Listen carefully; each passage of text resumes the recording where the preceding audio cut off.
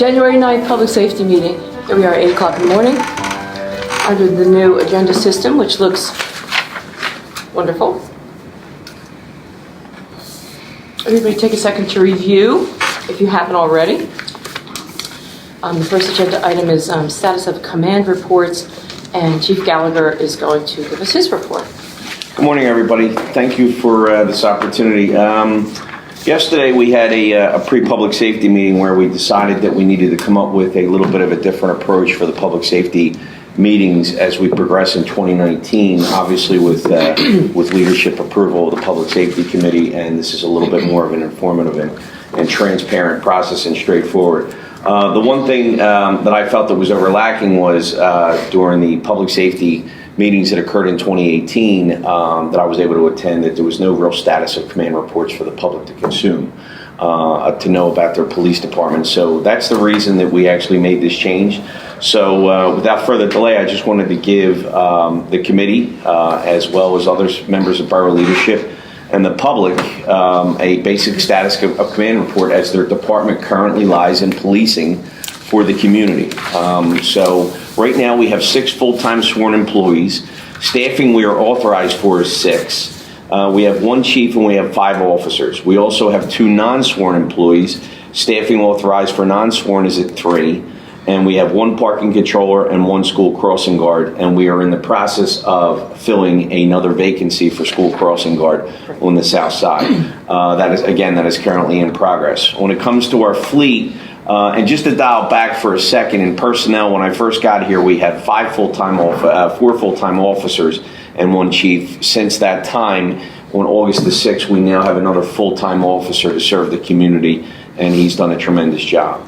Moving forward with our fleet, when I first arrived, we only had 2 vehicles out of 5 working, the parking controller's vehicle and I believe the SUV, and that was about it.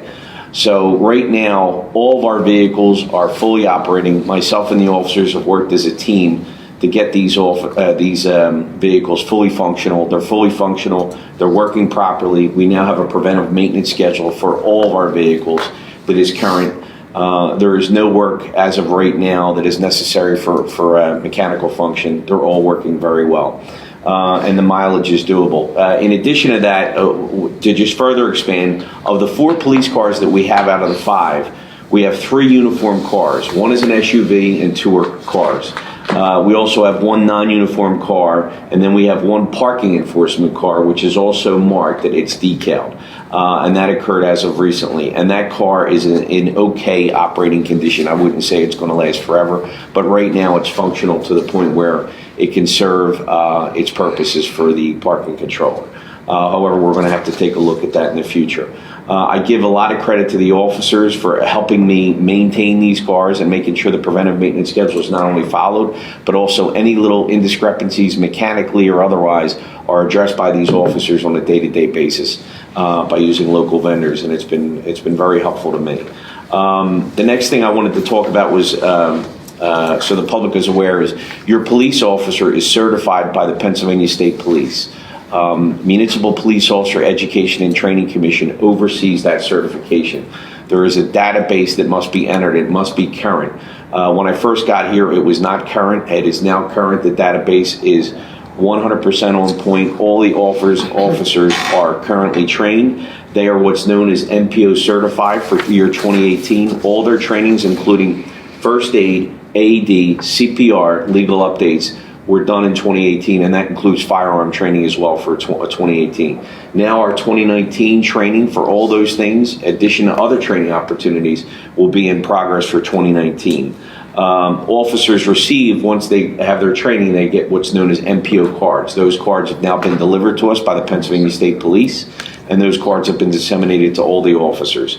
So the department, so everybody can understand, is fully certified. There is no liability issues on that side. The department is 100% certified under Municipal Police Officers Education and Training Commission, and the information in the database is current. All former sworn employees, that means police officers, have been removed. Regardless of what the circumstances are, we found former employees in the training and certification database. They are now removed. So again, the database is current. And moving into equipment, we now have 3 mobile data terminals, basically computers in the cars, 3 of them in our marked units. When I got here, myself and the officers had to work on getting that up to speed. We had 1 MDT with the support of borough leadership, the Public Safety Committee, and many vendors that we looked at. We now have 3 good working MDTs. We have 4 mobile video recorders. One of them will be replaced under the capital improvement plan. We already have that approval. We're still looking for the best price based on vendors. And they're all functional as of right now. So we don't have any problems in those areas. The next issue we're going to get into, but we can only speak vaguely about this because we don't want to reveal this information about exactly what resources we would have in this area, is that, but it is non-law enforcement sensitive. All lethal weapons that were currently owned by the Narberth Police Department are in good working condition. All non-lethal weapons that are also in good working condition. Clean and NCIC, this will be my last topic before I close.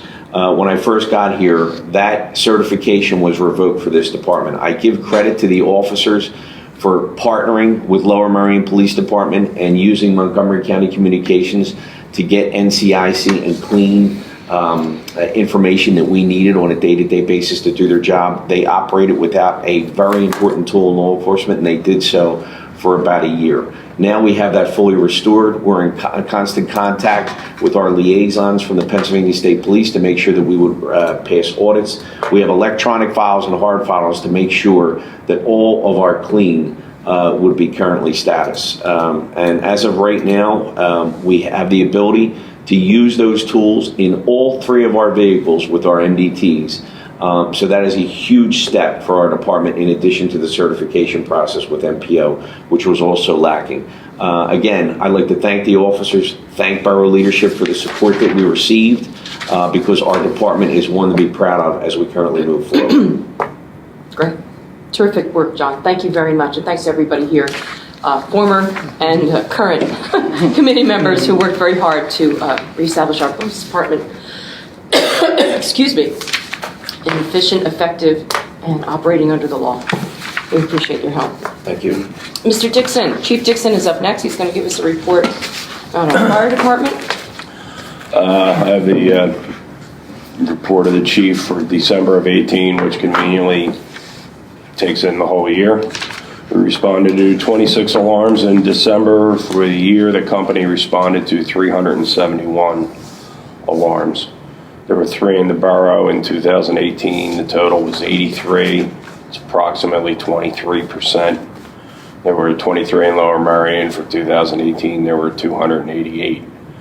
We were assisted once by Penwyn, Belmont Hills, Ardmore, and Bryn Mawr, and we assisted Penwyn, Belmont Hills, Ardmore, Bryn Mawr once each, and we assisted Kinwood 5 times. And the company was assisted by Penwyn, Ardmore, and Kinwood. Significant calls for the month. Alarm 367 on December 21 responded to a report of a building fire at St. Charles Seminary. Christmas decoration on a table caught fire, produced a significant smoke condition. The fire was contained to the point of origin and the building was ventilated, but that's a building with 15-foot ceilings and 200-foot hallways. So ventilating smoke out of a building of that size is extraordinarily difficult. So we were in service for about an hour with the assists that we received from Penwyn, Ardmore, and Kinwood. We conducted 2 drills with 34 members and 4 hours of training for the year of 2018. The company conducted 78 hours of training with 1,061 man-hours. We were in service for 6 hours and 28 minutes in December. For 2018, we were in service for 91 hours, 28 minutes. The man-hours for the month were 74.73, and for 2018, the man-hours were 945.36. And we took delivery of a 2018 Precision custom pump and are in the process of outfitting the engine. We expect to put the new engine in service on or about February 15th, and there were no changes to the active members list. Okay. So that is a year-end and monthly report kind of rolled into one. Is that available to this Oh, yes. committee or to council? This is your copy. This is my copy, okay. So I will No leave problem. that. No problem, thank you, I just wanted to make sure we included in what council members Yeah, have. I always turn in a Thank you, copy. of appreciate that. My report. Anything else you'd like to add, Fran? No, Okay, it was a busy year, and we're excited about getting the new engine in service. If anyone would like to take a look at it, our Gold Leaf contractor is currently working on it. He expects to be done by tomorrow. We packed all the hose on it last night at a drill. okay, So now the process is mounting tools onto the apparatus, and we will probably put it in service but not run it first for a period of time while we are mounting all the tools on it. Once we have everything on there where we think it's ready to go first out, then we will move the trucks around, and that will be the first truck that responds on 98% of the calls that we would get. okay. I'd like to just congratulate the fire department and thank them for, they retired one of their trucks. It was over 30 years old, this truck. 35 years. The best use of the truck ended up being a donation to a small fire company in Arkansas. Cedarsville. Cedarsville, Arkansas. Right. And that was a very generous and lovely thing to do, to donate it and keep it as a working truck. Well, So, we appreciated the assistance that we got from the council to make that donation possible.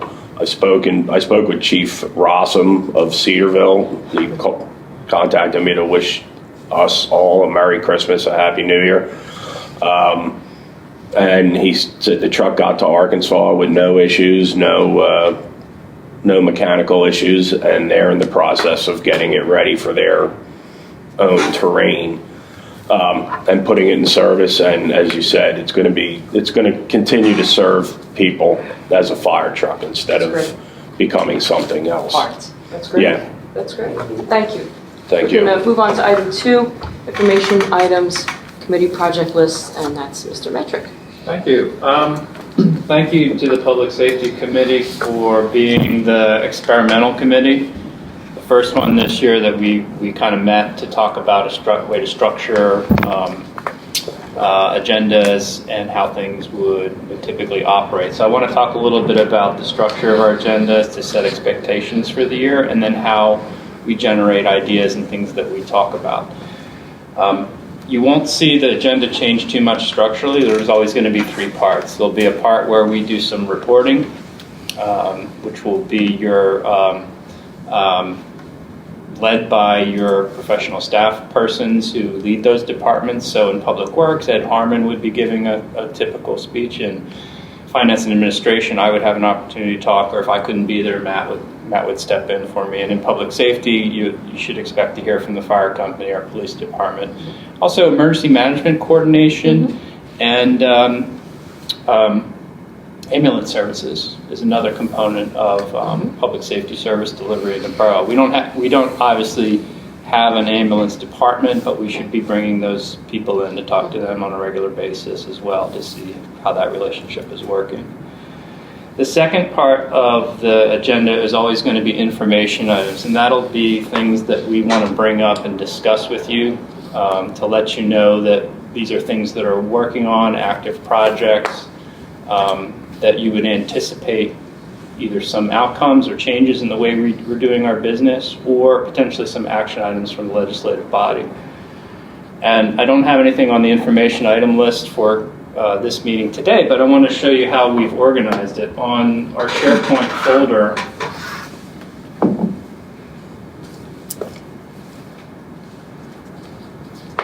we made some changes to how this is organized.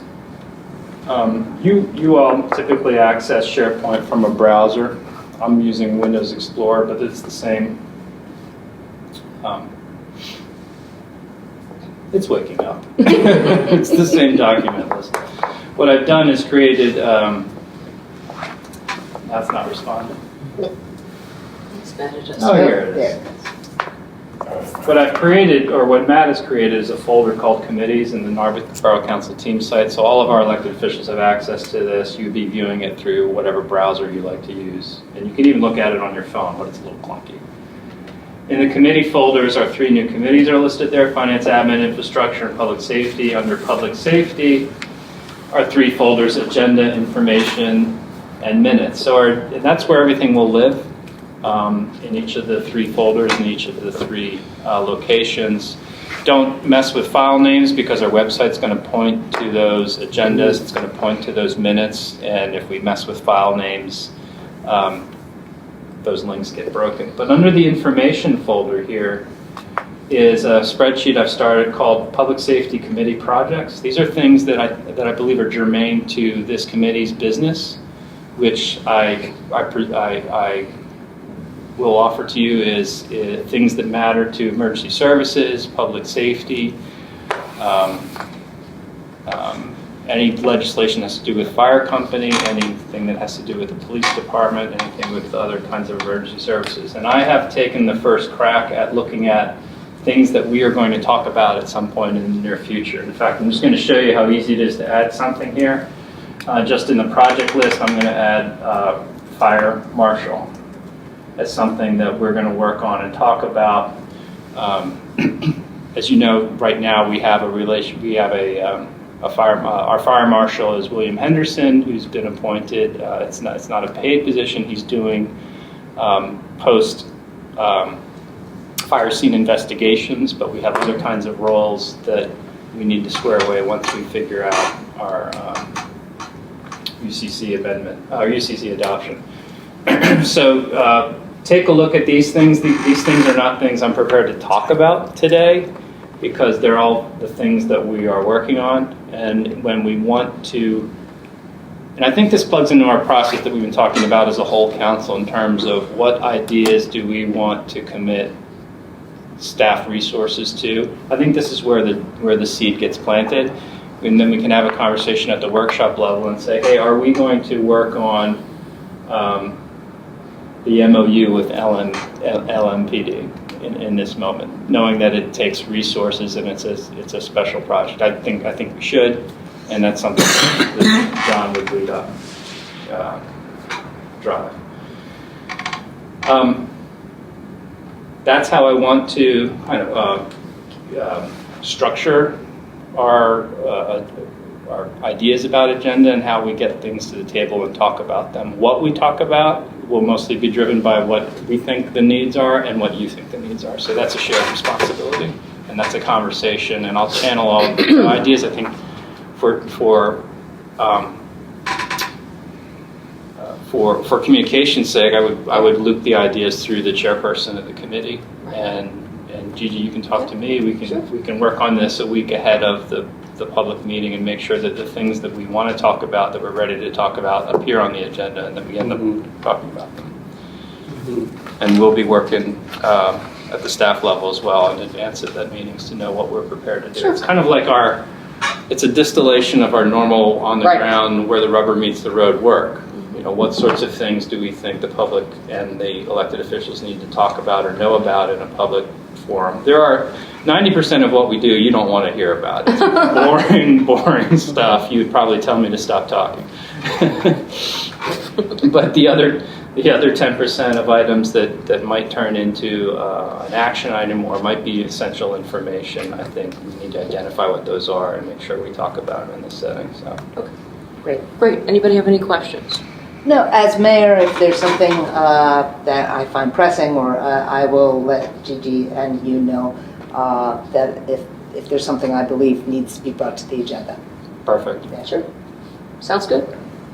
So have a look at this spreadsheet, give me some feedback, ask questions about it. There's some additional columns in here. I won't waste time at our meeting to talk about what they mean. But this comes out of some work that Aaron asked me to do back in December about, hey, Sean, can you map out the entirety of council's committee agenda work program? And we kind of took our best shot at it, and I took what was public safety related and brought it into this spreadsheet. And just, I think, for the public's benefit, this process is to streamline the meetings and make them more effective and make communication as clear and crisp as possible. So. Yeah. And it is to make sure that we don't forget anything. Right, So, exactly. You know, which happens, and it has happened since my time here, that we all of a sudden, and I said to Sean, I said, oh wait, in the 2017 folder is Huckstering. So that's 2 years old that we never got to, and that's hard because other things take precedent, and this list will be shuffled as well, I'm sure. But yes, it's in order to make sure that things don't fall off the radar as part of that. So thank you very much. We'll move on to action items. We've got ordinance 1012, which is property maintenance code. That was introduced last month. I presume we're going forward. There has been no objection that I'm aware of. And then, of course, 1013, which is the UCC amendment / fire code. Again, we worked on that a while, a long while, and tried to get a coherent UCC aligned with Fire Code Saldo and make sure that those documents reflect each other so that construction or redevelopment, fire inspections, all those items are together in one document so that our inspection team is aware of it and so that our anyone who's constructing in the borough is aware and upfront about what's expected in those categories. So I haven't heard of any objections or any changes there, so I assume we're going forward with the business meeting. I just had a bit of information for everyone about the ordinance 1013. The ordinance that's in the meeting package was the ordinance I had as of around 1 p.m. Yeah. the meeting day. John Walco sent me some Updates? non-substantive updates. It was in blue ink, if you remember, and I made copies of John's marked up Right. PDF and put it on everyone's Yeah, desk right. at the meeting. So you had those updates Right. at the meeting, just not reflected in this meeting package. Okay. I made those changes. That version of the code was sent to the law library. That's the one that's being marked up advertised. one, That's the fine. one that we're Okay. working on. So if you go back and look at the meeting package, and you really want to dive into the minutia of it, send me an email and I'll send you the one that had Walco's corrections, or if you save that piece of paper that was marked up. Okay. All right. Anyone have anything else they'd like to discuss or add? There you are. We're calling it at 8:24. Thank you. We're finished. Adjourned.